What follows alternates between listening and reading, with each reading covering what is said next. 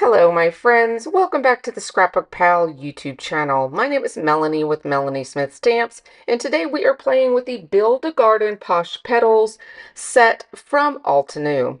This stamp set has a large floral cluster with absolute gorgeous sentiments. The stamp set itself has some examples on the back that you can follow, as well as coordinating dies that cut out the full floral along with all of the coordinating sentiments, which I absolutely appreciate. Now, this set also comes with a coordinating stencil set. There's 4 layers here, and it also shows you just little ideas on the back on what those will look like. It's really multi-layered, which I'll show you a two-toned color effect today as we're stenciling. Now, these stencils are labeled at the top left-hand corner, and some of the stencils are divided. The color combination today is Pinkfresh Studios Bubblegum, Marigold, and Grassy Knoll. Now, the first thing we're going to do today is use our stamp wheel, and we're going to stamp this large image using heat embossing. I'm going to ink the stamp using VersaFine Clair Nocturnal ink. This is a pigment-based ink, which is very sticky and will stick to the embossing powder when we sprinkle it on. Now I'm picking up my stamps here. I've lined a double sentiment up there as the focal sentiment in the top portion, and I'm rubbing the stamp down because this is the first time I've ever used this stamp. It just kind of gets the manufacturer's residue off of it, and it gives you a clearer stamp the very first time. Now I'm inking this, and I've already pre-treated my paper with an anti-static tool. So I'm inking it by pressing the ink gently onto the stamp, because with the Stampwheel 2.0, you can always restamp if necessary. So I'm pressing this really good with the palm of my hand, especially paying attention to the center section and that sentiment. And I get a perfect stamp the very first time. Now I'm bringing over my clear embossing powder, and I'm just going to spoon that over the actual ink. And the ink is going to capture that powder and hold on to it. I'm going to knock onto the paper with a spoon and my finger. It's going to let all of that extra clear embossing powder release from the paper. And as you can tell there, it was very cloudy. It's going to be cloudy like that from the embossing powder until you actually heat it with the heat tool. You can use any heat tool for this. This is an embossing tool, but you can use any type of heat gun for this. And I'm just heating it up here. And as you heat it, keep your heat gun moving so that you don't burn the paper. And you will watch as all of the ink turns glossy black. You can see there where the Fabulous turned black right there in front of your eyes. And you don't want to hold it past the glossy change. That glossy change means it's done. And look at the beautiful bright results that you get. Now when you're ink blending, you're not going to lose that bright, vivid black inking that you want in your final project. Now with the Build a Garden sets, you do get a brand new ink blending tool there. They are my favorite, as you can see here. I've got a whole block of them in rainbow color. And I will go ahead and use my rainbow ones today rather than my new one, and I'll save that for another day. But I just wanted to show you that new one that came with my Build a Garden. I'm going to use some non-stick tape here just to mask off areas of the stencil so that I don't accidentally ink areas I don't want to. I'm masking off the green areas because I'm going to ink blend the flowers first. Now we're going to actually blend these with 2 different colors, the yellow and the pink. This yellow, as I said earlier, is Marigold, and I'm going to ink blend towards the top of the floral areas of the stencil. Now this, like I said, the multiple stencils here are multiple areas of the flower. It's multi-level. So you're just going to focus on the tops of the areas and openings as the yellows, the bottoms as the pinks. And where they meet in between will become a beautiful tone of orange. These two colors match beautifully together, and they come in mini ink cube collections that are available on the ScrapbookPal website. I will leave all those links down below for you in the description, just in case you're interested. So I'm going to wipe off the ink here because I don't want it to contaminate my grassy knoll when I do the green of the leaves. And now I'm going to alternate my tape so that I can make sure not to get that green in my beautiful florals. So now I'm going to take my green ink blending tool, and here I'm going to go heavy-handed towards the bottom root area of the leaf.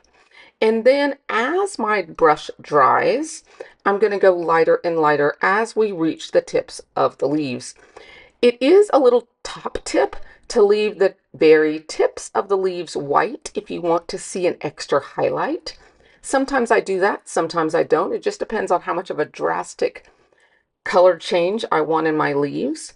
In this one here, I just wanted to make sure I saw 2 tones of color from my 1 ink color, because in this card we're just using those 3 inks, but we're getting multiple tones from just 3 inks, which is really nice. So here I'm lining up the second stencil, and on this stencil, I'm looking here, I think this is all one stencil here. Some of them are divided in 2. So you will actually see a line in between the 2 areas of the stencil, and you'll stencil in 2 parts. I will show that and point that out to you when we move them around here in the video. In this stencil here, I lined up those center areas of those leaves because that allowed me to see exactly where those lines up. Because you've moved the stamp in this design and you don't have it like earmarked for an exact area, you have to get strategic with moving the stencils so that you can find like a landmark in the stencil where everything lines up. So I've shown you that with pointing out little areas in this, and those straight lines in the center of those leaves was my landmark on that area. So I'm cleaning off again, and see there is the line. So this is a double stencil, and that little area in the center is my landmark. So I'm looking for that, and when I line that little area up, everything else falls into place. Now I am going to mask off again the top portion of those leaf areas where those openings are, because I don't want to get those greens, pink and yellow. And we're going to go ahead and ink these flowers. Now there is a tiny little bit of green there in the middle. So what I'm going to do is just use my stencil just to block off the pink area. And then I'm going to pull out a micro blending brush from Altenew. These are new in my stash, but they're not new to Altenew. And I'm using them for the very first time. I just added them to my stash recently, and I have to say, with this first card, I'm loving them. So they really did work for what I needed them to do. They reached into those little itty bitty areas and they got the job done. Made it a lot easier than using my mini ones there on the left. So I'm very happy camper, because like you, I am a consumer and purchase products just like you do. So now I'm going to do the tops of these areas. And as you notice, I did mask off those little green areas that we just inked. And I am just inking the tops of these florals with that marigold. Then we'll bring in the bubble gum, and we'll grab the bottoms of these florals and mix to that gorgeous orange hue. I love to see the inks blend. And when you're using dye-based inks, they're transparent and they blend beautifully. That goes for any dye-based inks that you have in your stash. I especially love these Pinkfresh bubbly colors though. They're very bright and brilliant, and they really do pack a punch in this card. This is a very clean and simple card. And here again, I'm pulling in the micro blending brush for this little extra pink here because I wanted to step up the power of the pink, and I didn't want to accidentally go into the yellow. So I was able to do that with the micro blending brush. So yay for the win for the micro blending brush. Now I'm checking this one out, seeing how I'm going to use this stencil. And I actually think I lined this up incorrectly, but as you can tell, it works out perfectly. But as I'm looking at that now, I think the actual leaf is on the right-hand side is the way I've laid the flower down. But these lined up because it's a partial leaf area and those leaves look almost identical. So as long as it's showing the area through your stencil that you need, it's going to work. So even when you make a tiny mistake like this, it's actually not a mistake. It works just fine. Remember, all of us are crafters. We're all artists, and we do what works in the craft room, right? I didn't even realize it at the time, not until I actually edited the video and looked at it later, because it worked perfectly. So now I'm looking here. I'm getting some of these little green stems right here at the bottom. These don't need any masking because there's nothing else around them. Just adding these little extra green details here. Isn't that vibrant and just turning out beautifully?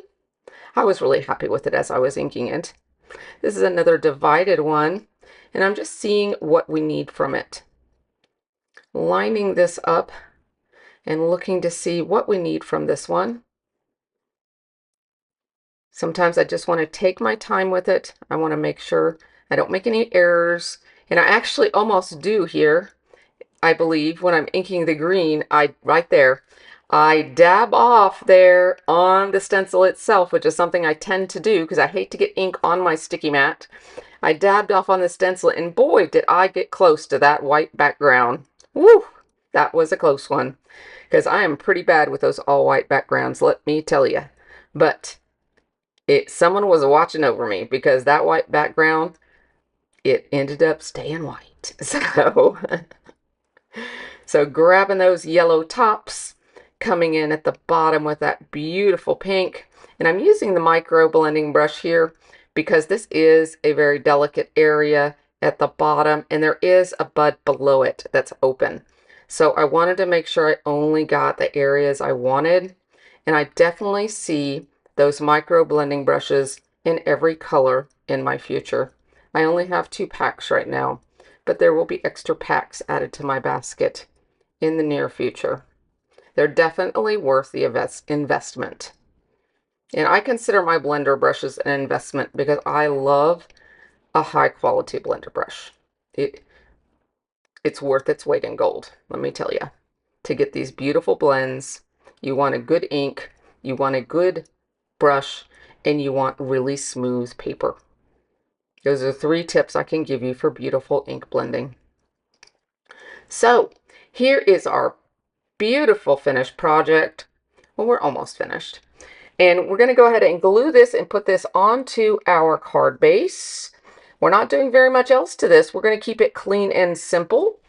And we're going to just add a little bit of embellishment to it to finish it off. Just to add a little details. But I didn't want to add too much. I wanted the beauty to be in those florals. So I've added that. And now we're going to just bring in some Hero Hues embellishments, but use anything that's in your stash, anything that coordinates with your ink colors. I just chose to use 5 enamel dots in multiple sizes. I love using multiple sizes when I'm using embellishments when I can. I like doing clusters of 3 in 3 different sizes, and then usually a couple extra sporadic ones. So I'm doing 3 down here, and then I'll do 2 more up top. So I really appreciate you coming by today and hanging out with me. I love crafting life with you, and I would love for you to come back and check out some of my other videos. Also, make sure to check out my friends' videos here on the ScrapbookPal YouTube channel. They are very talented artists. And of course, all of the items are listed down below with clickable links to lead you to the ScrapbookPal online store. Thank you so much for visiting with me today, and I will see you in the next crafty video. Bye-bye for now.